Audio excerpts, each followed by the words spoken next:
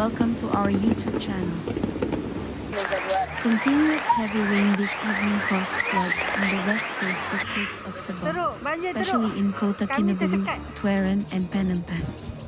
The flooded areas included Likas, Tababan, Supangar and Mengatal in Kota Kinabalu, Telepak, Regading and Gayong in Tuaran and Danggangan, Banduso and Sigad in Penampan. Vehicles parked on the roadside and the ground floor of some nearby shops were also inundated by floodwaters. Several areas in Putatan were also badly affected by the flood, while Jalan Tuaran from Mengatal towards Tababan was also impassable to vehicles.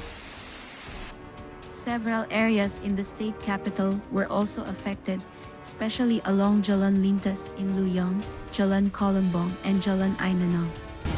The water level at River Moyak is at a dangerous level and residents in the area have been advised to be vigilant at all times, he said.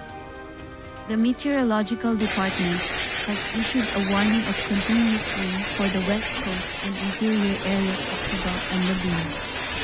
The heavy rain is expected to continue until tomorrow.